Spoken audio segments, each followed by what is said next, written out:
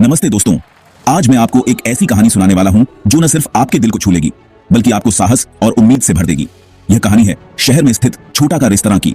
छोटा का रेस्तरां सिर्फ एक खाने की जगह नहीं था, यह गरीबों के लिए एक सुरक्षित आश्रय था। छोटा रेस्तरां का मालिक एक स्मार्ट और बहादुर इंसान था। उसके साथ थे उसके अंगरक्षक हत्यारे, हंसमुख सहायक अलादीन और कुशल शेफ। इन सबने मिलकर रेस्तरां को जरूरतमंदों के लिए एक आश्रय में बदल दिया। एक शाम जब शेफ की स्वादिष्ट बिरयानी ने हवा को अपनी सुगंध से भर दिया, अलादीन चिंतित होकर छोटा के ऑफिस की तरफ भागते हुए आया। बॉस, उसने जोर से सांस लेते हुए कहा, काल राजा और उसका गिरोह आ रहा है। काल राजा एक खतरनाक अपराध स्वामी था जिसने बस्ती बाजार को नियंत्रित किया था। वह गरीबों को सिर्फ 10 रुपये में खाना बेचने के लिए छोटा से नाराज था, जिसने काल राजा की जबरन पैसे बनाने की योजना को बर्बाद कर दिया। छोटा शांत था। सिगार जलाते हुए उसने हत्यारे को देखा जो अपने ब्लेड को तेज कर रहा था। उन्हें आने दो, छोटा ने कहा, यह हमारा घर है, हम नहीं दौड़ते। रेस्तरां में हर कोई लड़ाई के लिए तैयार हो गया।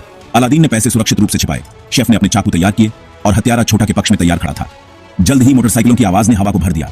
काल राजा और उसके गिरोह ने हथियारों से लैस रेस्तरां को घेर लिया।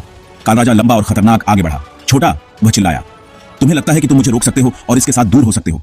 छोटा बाहर निकल आया। निडर, हथियारा उसके बगल में खड़ा था। अलादीन और शेफ पीछे थे। यह आपके बारे में नहीं है काल राजा, छोटा ने कहा, यह लोगों की मदद करने के बारे में है। अगर आपको कोई समस्या है तो मेरा सामना करें। काल राजा हंसा, यह जगह लंबे समय तक नहीं रहेगी। उसके गिरोह ने हमला किया और एक भयंकर लड़ाई छिड़ गई।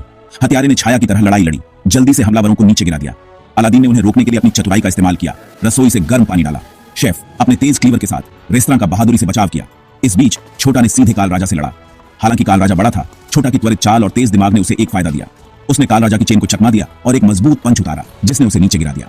अंदर रेस्तरां में रहने वाले गरीब परिवार एक साथ घूमते थे, डरते थे, लेकिन छोटा और उसकी टीम पर भरोसा करते थे। लड़ाई तब समाप्त हुई जब हत्यारे ने काल राजा को घेर लिया। जैसे ही काल राजा ने बंदूक पकड़ने की कोशिश की, हत्यारे ने उसे रोक दिया और उसके गले में चाकू पकड़ लिया।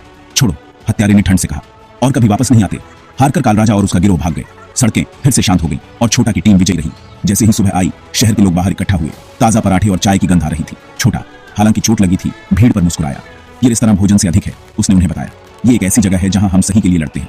जब तक हम यहाँ हैं, कोई भी भूखा नहीं रहेगा या डर में नहीं रहेगा। लोगों ने जयकार किया और छोटा का रेस्तरां एक किंवदंती बन गया, आशा, सुरक्षा और साहस का स्थान। धन्यवाद दोस्तों, और अगर आपको ये कहानी पसंद आई हो तो लाइक और सब्सक्राइब करना ना भूलें।